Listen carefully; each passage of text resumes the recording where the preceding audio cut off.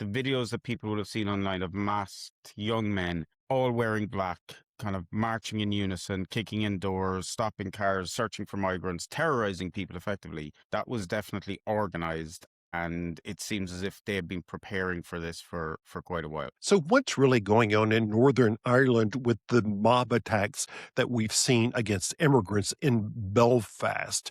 It may not be what you think.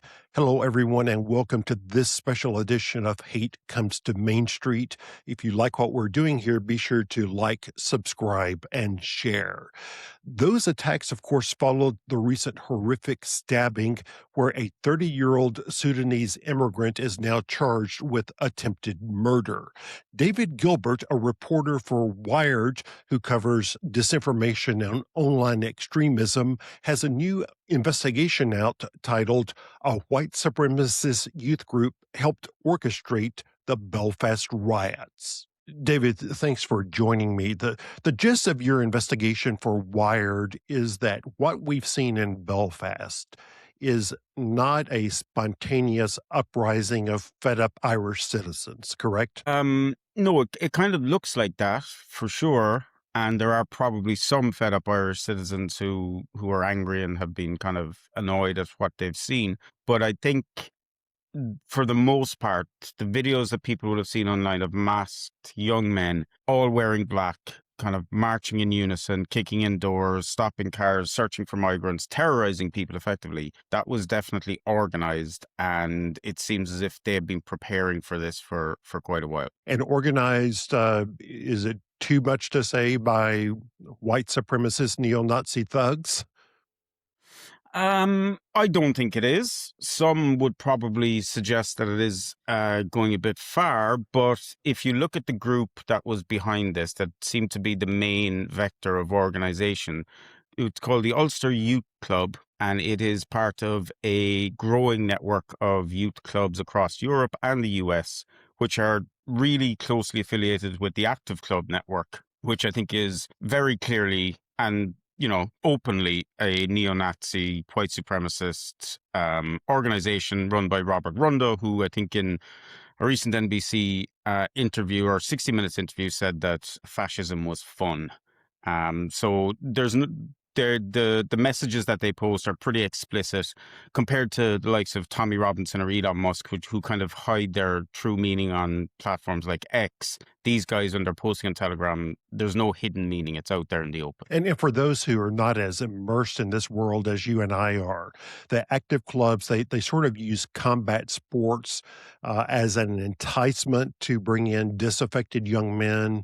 And yet Robert Rundo has, essentially described these as, using the term from American history as Minutemen in waiting. Critics have said this is a neo-Nazi militia in waiting. They're using combat sports ultimately toward what Rundo describes as a fascist outcome that he would like to see. Yeah, I think that mask seems to be slipping, I think, to an extent more recently. I think initially when it set up, it was definitely about, brotherhood and men meeting other like-minded men, going to the gym and working out and going into the outdoors and training together.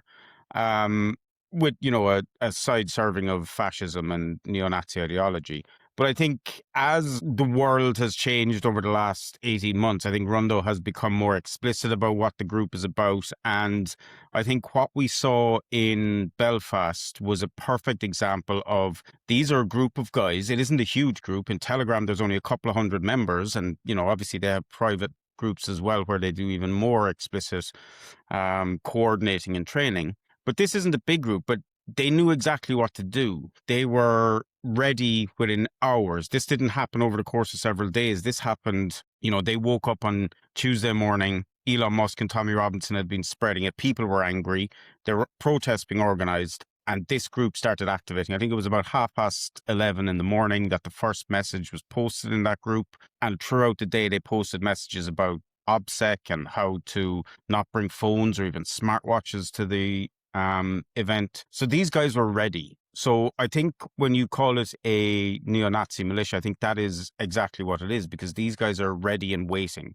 And there was multiple messages in active club groups across the globe talking about Belfast, saying, you know, white men, be ready, be prepared. It's time to stand and fight. And that's exactly what this group did. And going back even a little bit more than that, this horrific stabbing incident occurred about 10:30 p.m. And then by 2 or 3 o'clock in the morning, there was a Telegram channel called White Youth in Revolt that began posting and calling for action. Tell me about that part of your investigation. Yeah, so white youth in revolt is kind of a phrase that has become synonymous with the active club movement as well. And this group isn't based in Northern Ireland or specifically posts about Northern Ireland or Europe. It's kind of a general channel that posts stuff about active clubs. And as you said, it was, I think, about, if it was about 4 hours after the incident, maybe a little bit less, they were posting about the horrific video that had been posted online, the knife incident. And it's incredible to see a group like this, which is pretty fringe, but they latched onto this. They saw this as something that would anger people. They knew that this was potentially kind of a trigger incident that they could use to incite more violence and get people out on the streets. And they knew that because there's groups in Northern Ireland, that potentially they would be the ones who would take to the streets and burn down houses. And so that White Youth in Revolt message was shared again in the Ulster Youth Group channel as well. So people saw it, and it's, it's very explicit in what it's calling for. It's calling for people to stand up. It's calling for people to protect the future of white people. It kind of echoed the infamous 14 words phrases that David Lane came up with. There is no pretending that it meant anything different than white people need to defend other white people, and to do that you need to attack minorities. That's And the essentially what the 14 message was words saying. the 14 words is a neo-Nazi slogan. Now, we should point out, I mean, the various active clubs that, including the Ulster Youth, um, they were very specific about, we're not saying that we want to do anything illegal. I mean, that's kind of their general cover story, if you Yeah. would. Yeah, like they're trying to cover themselves, but in the same breath they're posting um you know praise of Hitler, neo-Nazi dog whistles. They are, while trying to have it both ways effectively by saying this is only for educational purposes, or our members should not break the law or commit any crimes. The very nature of the posts that they're putting up make it incredibly clear exactly what the people who wrote them want the rest of the group to do, I think. And as you noted, part of their messaging was sharing videos, sharing messages about, here's how we avoid getting arrested. Can you go into that just a little bit more? Yeah, so first of all, they shared a video from the Finnish Active Club, where it was a video showing exactly what you should wear, from, black hat to a mask, black nondescript clothing, not use any smartphones or devices that could track you. And when you looked at the people in that video and the people who were marching in Belfast, it's virtually identical. And then in a subsequent message that they wrote themselves, they said, wear gloves, wear hats, wear masks, black clothing, cover up tattoos, don't bring smartphones, don't bring smartwatches. They really understood that they didn't want to be identified. And they even went so far as saying that citizen journalists, which they used in quotation marks, were not allowed, explicitly not allowed. So they didn't want people who were going up there just to, this whole far-right movement has attracted a huge amount of people who travel around the country, going to these protests, filming them, posting them online, and trying to make money from them.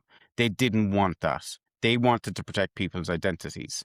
And it's incredible to see today, just earlier today, I saw a far-right influencer from the UK posting a message saying exactly that, saying, I made a mistake in Southampton.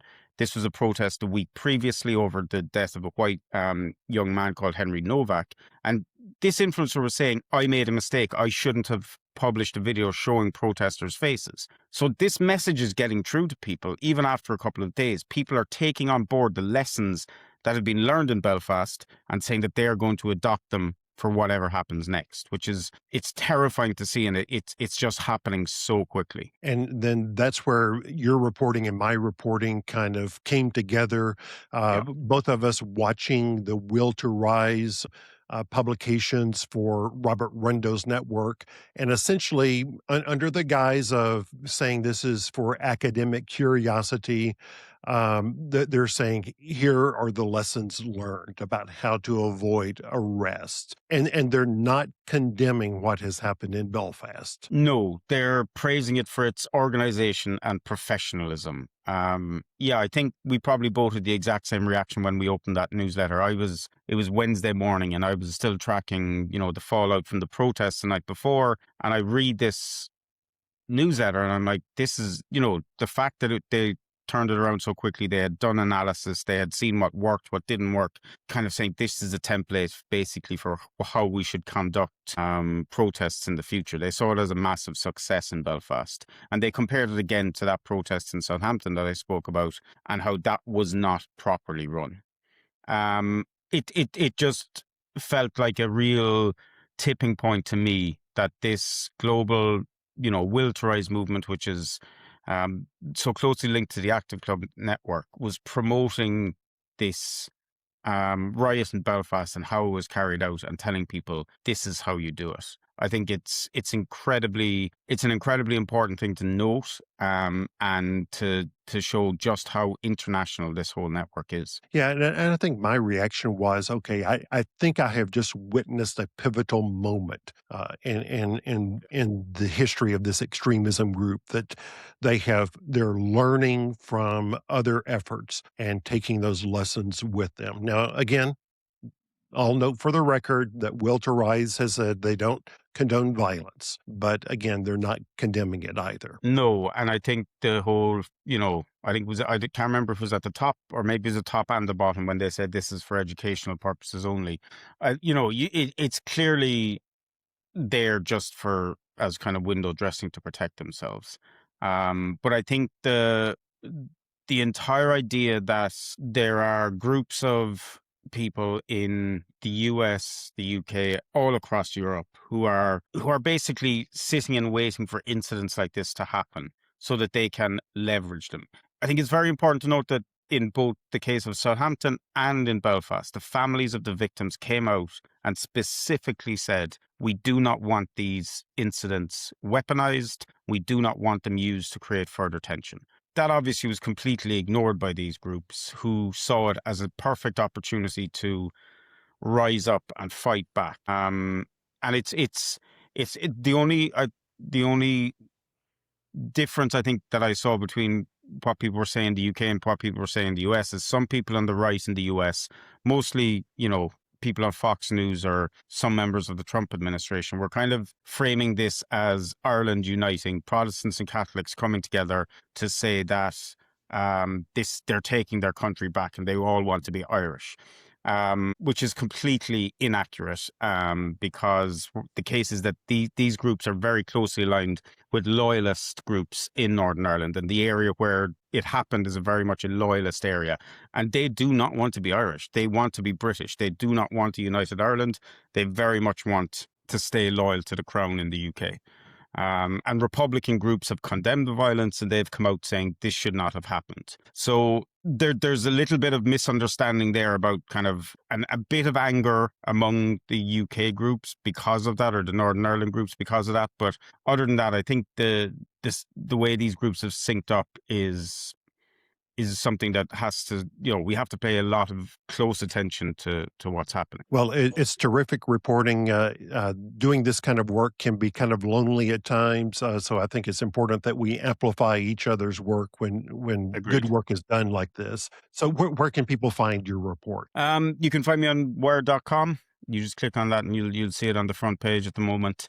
And for my sins, I'm still on X and also on Blue Sky under David Gilbert. You can find me there. Awesome. Well, thanks for joining me, and I hope we can talk again. Yeah, definitely. Thanks for having me, Phil.